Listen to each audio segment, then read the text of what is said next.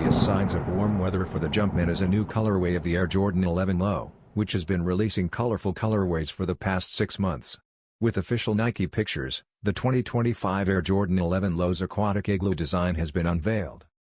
With the patent leather mudguard and an icy, translucent outsole, your quest for marine applications won't be difficult.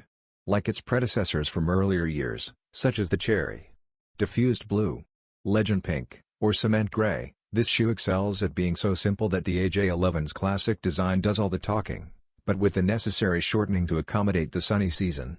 These will not only be seen on full-sized feet in the upcoming months, as the Jumpman is accommodating heads of all ages with women's, preschool, and child sizing, further keeping up with those releases.